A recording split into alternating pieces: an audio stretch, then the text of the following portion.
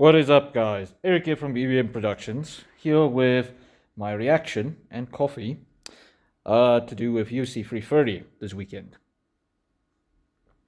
So, again, I want to first off start with Ian Gary versus Islam Makhachev because it was an interesting fight. Definitely an interesting fight. Now, I want to analyze it again by rewatching it a few times. However, what was interesting is Islam was very, very effective while not doing much, and he was more effective. That's how I can describe this fight. It's an effective fight, meaning he won. Clearly, Islam won. He did try hard, but it wasn't really the hardest that we've seen him push. Like he himself said, Volkanovski was crazy hard for him. But he just did enough more than Ian Gary because Ian Gary started slowly getting better in the fight.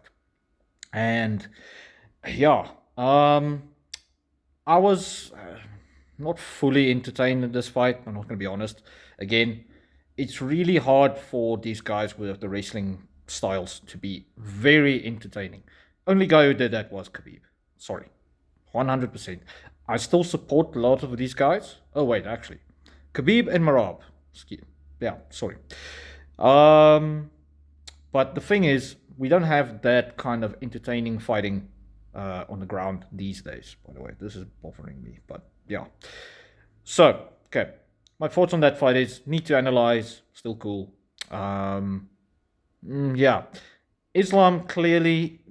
The only problem that I have with that fight is it told us that people are catching up with Islam. The damage, how they defended, like how Ian defended, and how he did on the feet, clearly says a lot of people are catching up with this kind of style of fighting.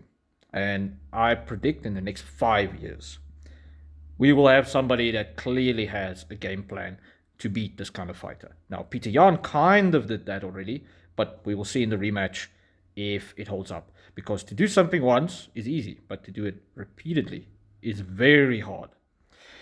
Next up, Mackenzie Dern choking the hell out of Gillian Robertson.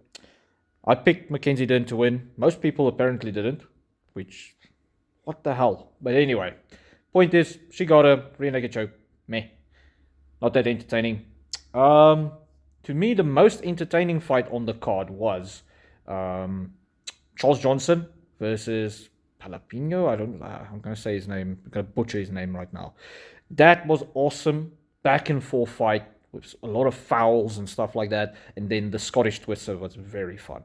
Like when he got him in a Scottish Twister, of all things, I was like, my man.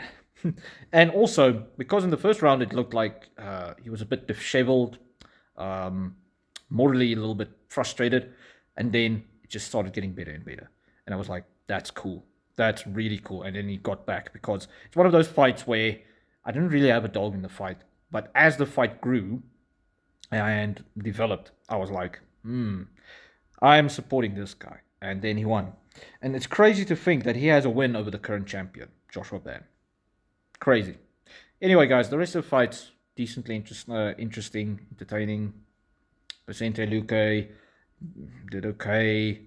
That other prospect that's coming up. Yeah. The rest of the card was fun to watch.